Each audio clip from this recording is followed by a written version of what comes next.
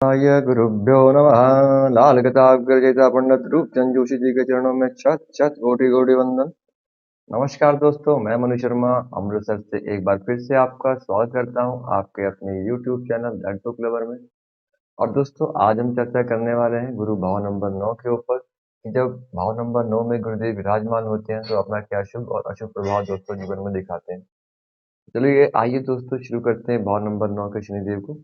दोस्तों, आज की वीडियो शुरू करने से पहले मैं आपके आगे अपने एक नम्र निवेदन करना चाहता हूं कि मेरा चैनल अभी बहुत ही नया है और मुझे आपके प्यार और सपोर्ट की बहुत ज़रूरत है और हमेशा रहेगी दोस्तों। तो प्लीज़ कृपया मेरा चैनल लाइक और सब्सक्राइब जरूर करें दोस्तों। चलिए आइए दोस्तों शुरू करते हैं आज का वीडियो। दोस्तों, भाव नंबर 9 जो है ये हमारे भाग्य का स्थान माना गया है। यहाँ से इंसान का भाग्य देखा जाता है, किस्मत देखी जाती है। इसे फाउंडेशन ऑफ लक, किस्मत की बुनियाद भी माना जाता है।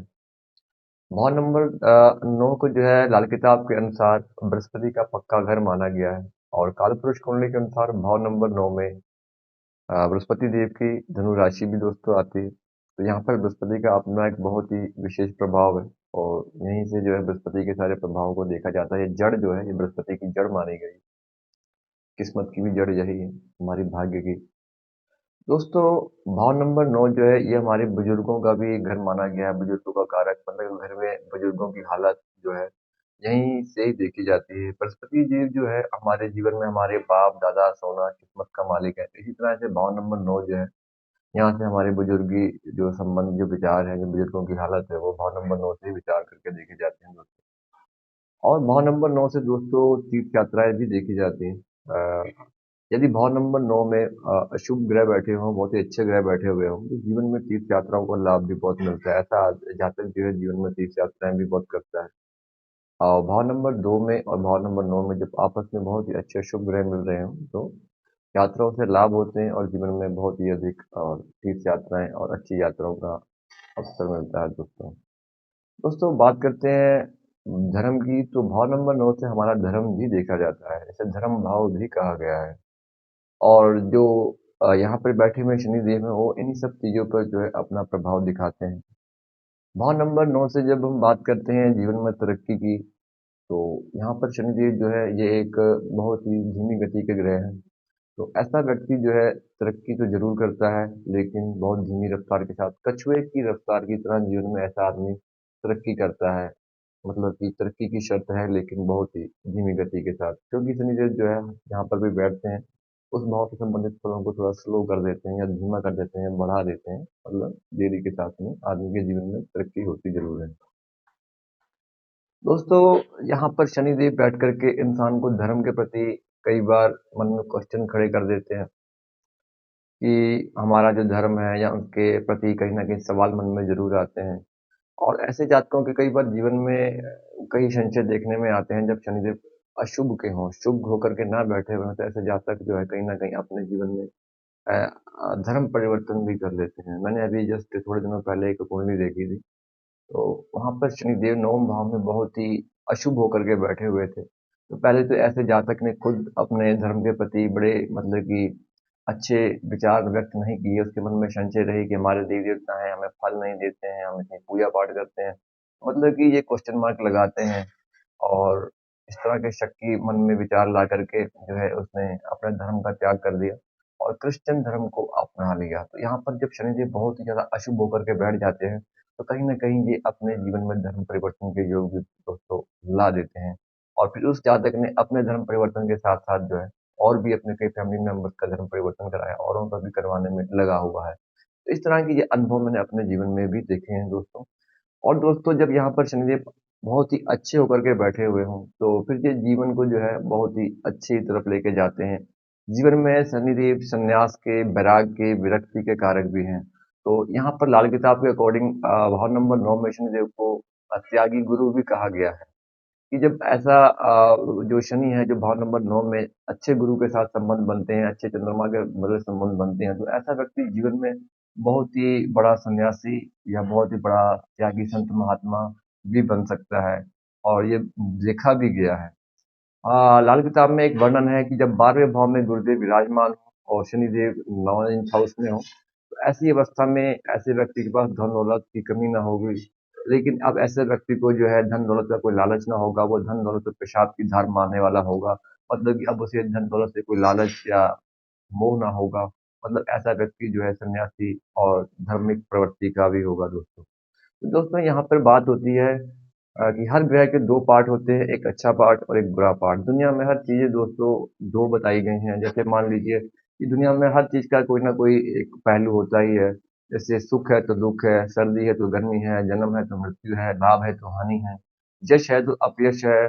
इसी तरह से दोस्तों हर चीज का कोई ना कोई एक पहलू होता है। इसी तरह से ज्योतिष में लाल किताब के अकॉर्डिंग हर ग्रह के दो पार्ट होते हैं, एक अच्छा और एक बुरा। जब कोई अच्छा प्रभाव दे रहा तो उसके अच्छे हालात बोले जाते हैं, और जब कोई अशुभ प्रभाव दे रहा होता तो उसके अशुभ प्रभाव देखने में आते हैं।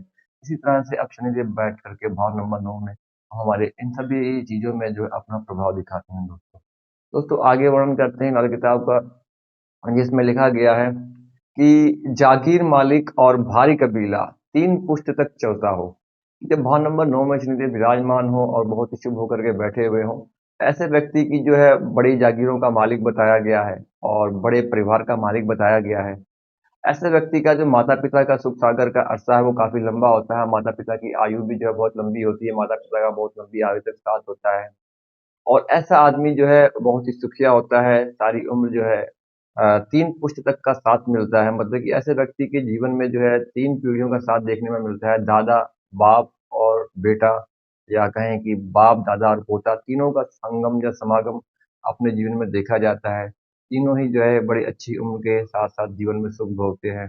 मतलब कि लंबी उम्र, जागीरों का मालिक और बाप-दादा का साथ, और ऐसा आदमी जो है कभी भी कर्जा छोड़कर नहीं मरता है। क्योंकि भाव नंबर 9 में शनिदेव को जो है कहा गया है कि पहाड़ी हवा और हरे-भरे पहाड़ों का सिलसिला जैसे आदमी को हरा-भरा कर देने वाला आँख का मालिक बताया गया है। कि जब शनिदेव जो है इन्हें पहाड़ माना गया है, और जो हवा है ये बृहस्पति की है, तो मतलब कि पहाड़ी हवा होगी जो कि आदमी के जीवन में हरे-भरे हरा-भरा कर देगी, हरे-भरे पहाड़ों की तरह इंसान को जो है जीवन में सुख प्रदान करेगी दोस्तों। तो यहाँ पर शनिदेव के इस तरह के प्रभाव बताए गए हैं। बात करें दोस्तों विद्या की, तो यहाँ पर शनिदेव अच्छे होकर के बैठते हैं, तो ऐसे आदमी के जीवन में जो है विद्या के रिजल्ट भी अच्छे आते हैं। ऐसे व्यक्ति जो पढ़ाई में अच्छे होते हैं, अपने सभी मतलब कि जो रिजल्ट होते हैं उनमें अच्छे मार्क्स लेके आते हैं, और अपने हर तरह के जो उनके पेपर्स वगैरह हैं उनको वो क्रैक करते हैं। तो यहाँ पर जो है अच्छी विद्या का भी जो है वर्णन देखने में आया है। ऐसा व्यक्ति जो है बहुत अच्छा आर्किटेक्ट हो सकता है। शनि संबंधित कारोबार, ट्रैवलिंग, बिजनेस इत्यादि में भी जो है ऐसे आदमी अपना जीवन में नाम कमाते हैं। बहुत ही अच्छे मतलब जैसे बिजनेस, सरकारी ठेकेदारी होती है, या फिर कंस्ट्रक्शन के कार्य होते हैं। इन सब चीज़ों में जो है शनि संबंधित जो कार्यों में ऐसा व्यक्ति काफ़ी नाम कमाता है, अपनी ज़िंदगी बहुत बहुत बढ़िया बना लेता है दोस्तों। दोस्तों यहाँ पर लिखा गया है कि बुरा ना यहाँ कभी वो करता, बुध कौड़ी से डरता हो, शर्त बृहस्पति इतनी करता, हो गए परोपकारी भी। ये भाव नंबर 9 में बैठे हुए शनिदेव हम आप जब भी शुभ होकर के बैठे हुए हों, यहाँ पर वो कसम खाते हैं कि वो कभी बुरा नहीं करेंगे टेबे वाले का, हमेशा अच्छा ही फल देते हैं। लेकिन शर्तें हैं, इसमें हिदायतें भी आती हैं कि हर कंडीशन लागू की गई है कि जब कुंडली में शनि के मित्र ग्रह के बुध को कोड़ी कहा गया है। भाव नंबर 3 में जब बुध ग्रह बैठे हुए हों और मंदी अवस्था के हों, भाव नंबर 3 के बुध को कोड़ी भी कहा गया है। तो यहाँ पर बुध कोड़ी से डरता है, कि बुध ग्रह के दुष्प्रभावों से डरता है। क्योंकि भाव नंबर 3 की दृष्टि जो भाव नंबर 9 पर पड़ती है, तो ये वैसे भी शनि के मित्र ग्रह हैं। तो जब भी कुंडली में शनि के मित्र ग्रह अच्छे हालात के होंगे, तो यहाँ भाव नंबर 9 में बैठे हुए शनिदेव के अच्छे ही फल होंगे। दोस्तों यहाँ पर वर्णन ये है कि शनिदेव यहाँ पर हमेशा अच्छा ही फल देते हैं, और कम से कम तो 60 साल उम्र तक तो अच्छा ही फल देते हैं। 60 साल उम्र तक इंसान के धन दौलत परिवार की उन्नति और तरक्की ही देखी गई है।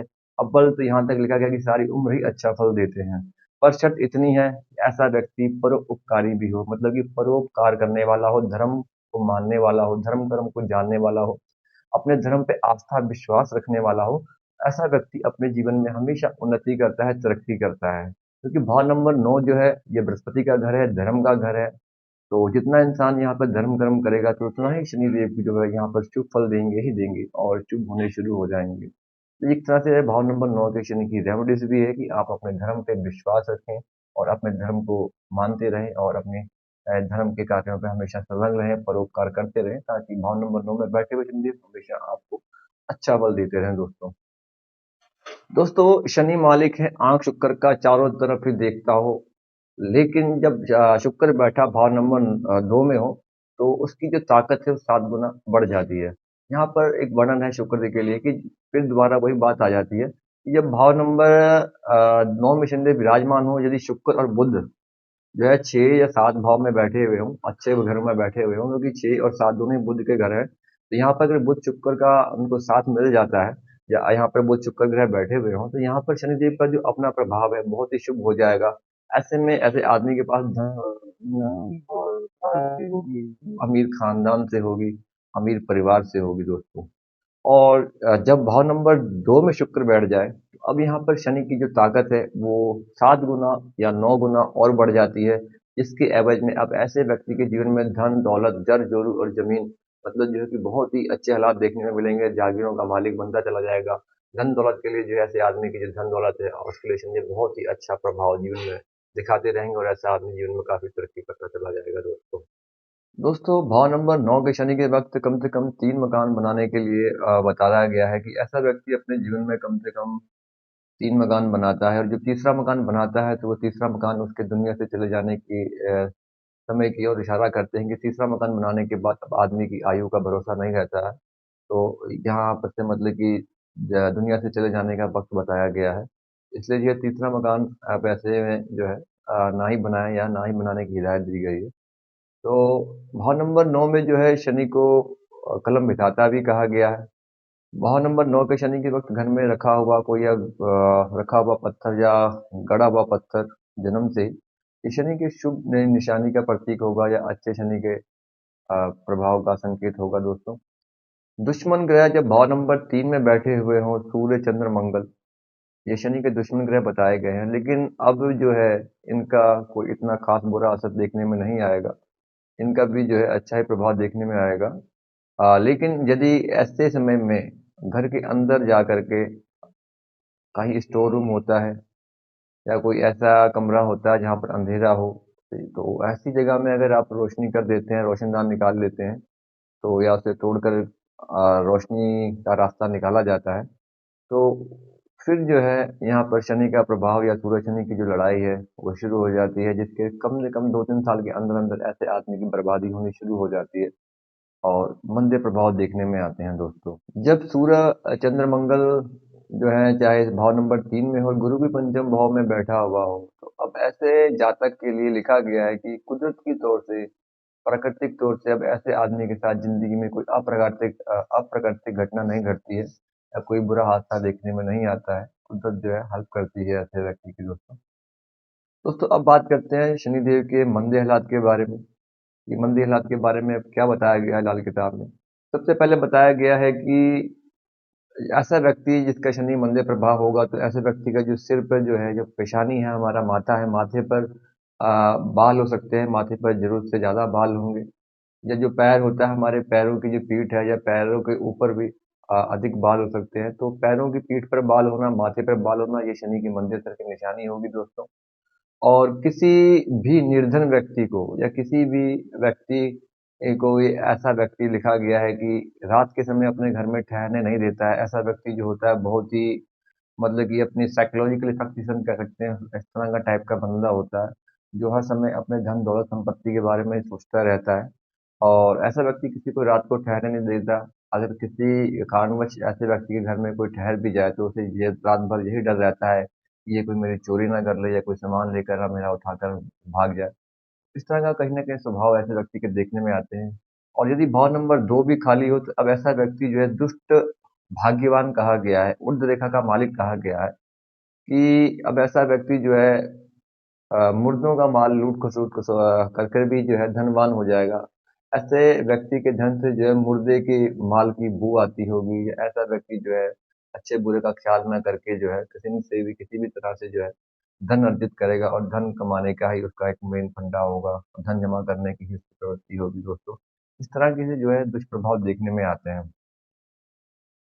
और दोस्तों शनि मंदिर की निशानी के लिए लिखा गया है कि जब अ, घर की छत के ऊपर कोई ना कोई टूटी कुर्सी, चारपाई या बिना जो है निवार के या बिना रस्सी के चारपाई छत के ऊपर पड़ी होगी, जो चौगाठ होती है जो दरवाजों पर लगती है, या किसी भी तरह की चौगाठ वगैरह जो है घर की छत पर ना पड़ी हुई हो, या घर की छत पर पुराना कोई भी लकड़ी लोहा इत्यादि सामान ना पड़ा हुआ हो, तो ये भी जो है शनि के मंदे असर की निशानी होगी दोस्तों।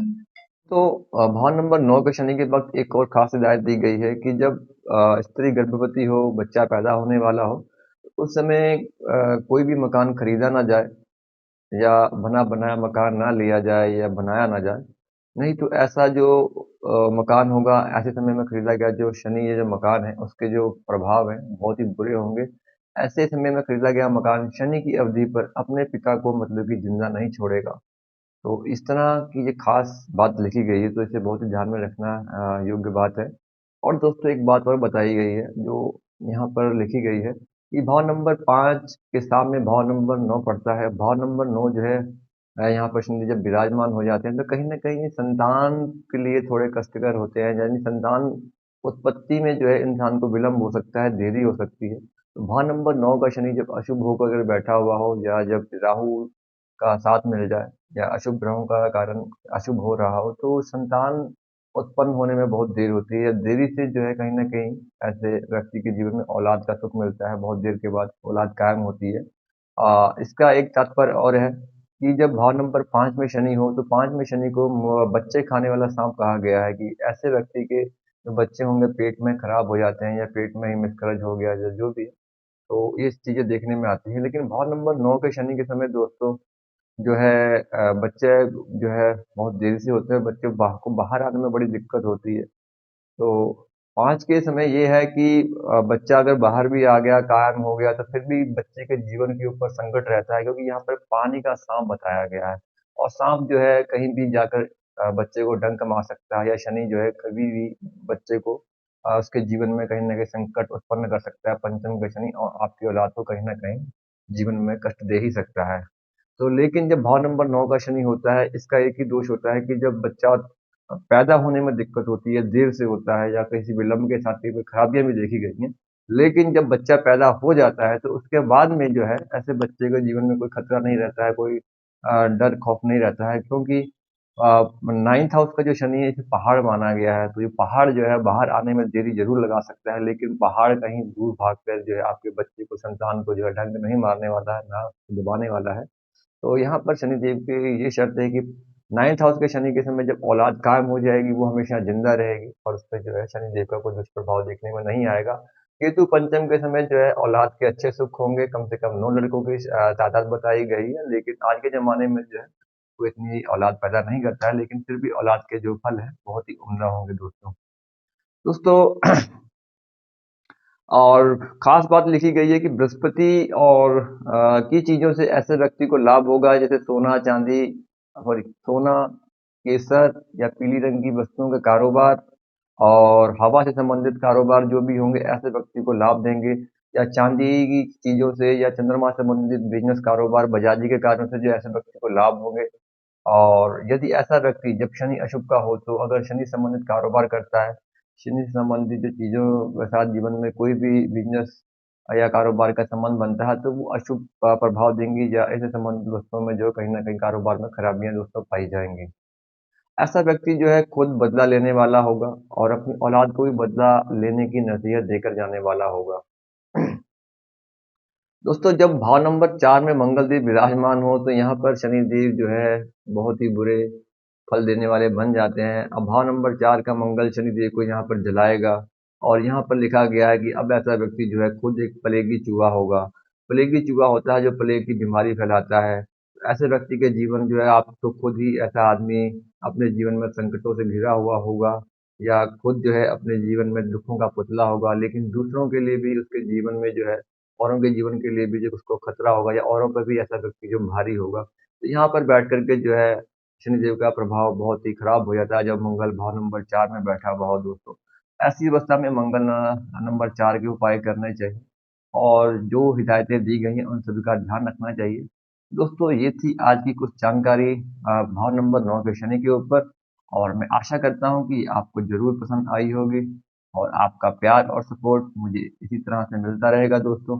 अगर आप भी मुझसे अपना कुंडली परामर्श करवाना चाहते हैं, तो आप मुझे कॉल या व्हाट्सएप कर सकते हैं और बहुत ही कम शुल्क में आपको मेरे द्वारा ज्योतिषीय परामर्श उपलब्ध हो सकता है, जिसमें आपका जन्म कुंडली विश्लेषण और वटफल के बारे में बताया जाएगा और आपको उनसे संबंधित उपायों के बारे में भी दोस्तों जानकारी दी जाएगी। इसी के साथ आज मैं आपसे विदा लेता हूँ और मिलते हैं अगले नेक्स्ट वीडियो में। तब तक के लिए जय श्री राम।